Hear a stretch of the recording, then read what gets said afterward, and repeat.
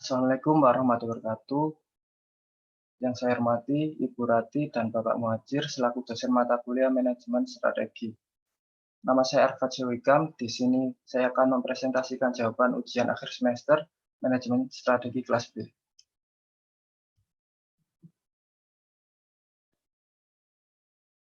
Dalam perencanaan strategi bisnis PT Rotan Indah Makmur, di sini saya menggunakan analisis SWOT. Kemudian profil perusahaan.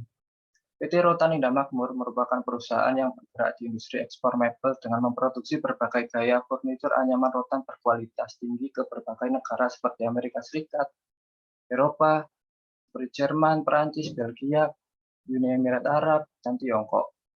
Produk-produk yang dihasilkan dari usaha kecilnya ini 100% dijual ke luar negeri. Di dalam kegiatan usahanya, PT Rotan Indah Makmur mempekerjakan 300 karyawan. Kemudian tantangan dan masalah yang dihadapi. Yang pertama, pandemi COVID-19 telah berdampak pada kinerja industri mebel dan kerajinan nasional, di mana industri yang terkena imbas paling besar adalah industri penjualan ekspor. Yang kedua, kelangkaan kontainer yang merembet pada melambungnya biaya ocean freight rate.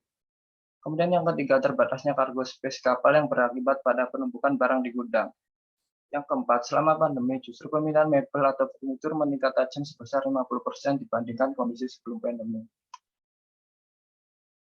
Kemudian ini adalah analisis SWOT, yaitu ada kekuatan yang pertama, kekuatan dari PT Rotan Indah Makmur, yaitu yang pertama furnitur anyaman rotan berkualitas tinggi.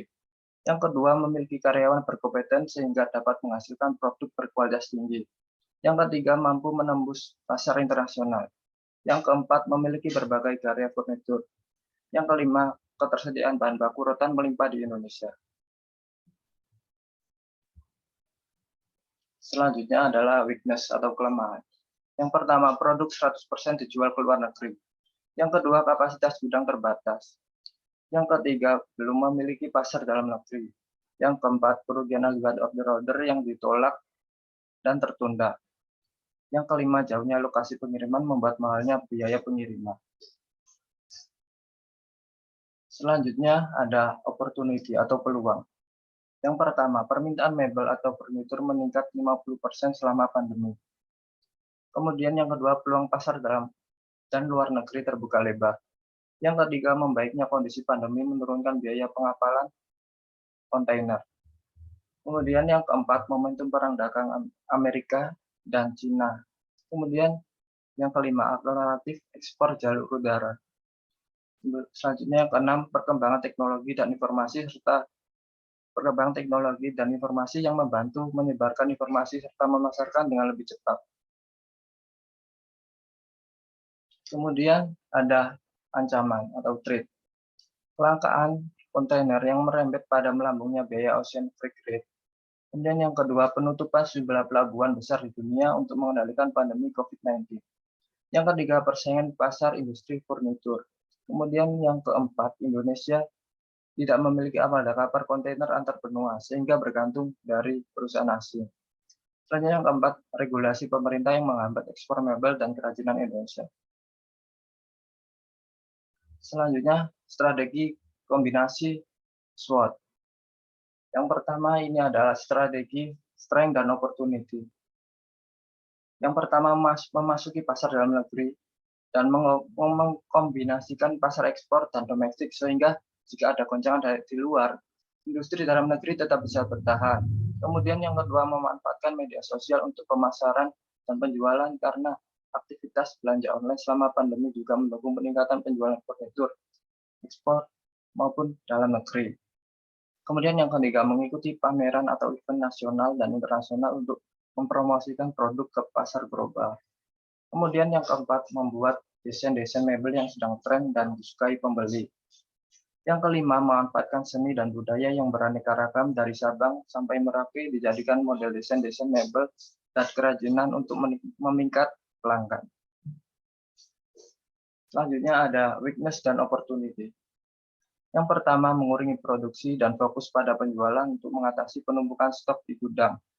Yang kedua, menyasar pasar ekspor negara Asia Tenggara dan Asia lain yang tidak terlalu terdampak peningkatan biaya pengapalan karena pengapalan dua arah masih sering terjadi.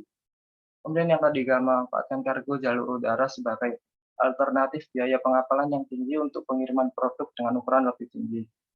Kemudian yang keempat, memanfaatkan momentum perang dagang Amerika Serikat dan China dengan mengisi pasar yang ditinggalkan China. Kemudian strategi strength dan trade. Yang pertama, berinovasi menciptakan furnitur terbaik yang dapat mengikuti perkembangan tren modern saat ini, agar dapat bersaing dengan pasar internasional maupun domestik. Yang kedua, merumahkan sebagian karyawan untuk menekan biaya pengeluaran perusahaan. Yang ketiga, memanfaatkan ketersediaan bahan baku yang melimpah sehingga dapat menawarkan harga yang lebih kompetitif dibanding negara pesaing lainnya. Selanjutnya, strategi weakness dan trade. Yang pertama, meminta pemerintah turut setelah membacakan permasalahan kelangkaan kontainer dan mahalnya biaya ekspedisi kargo.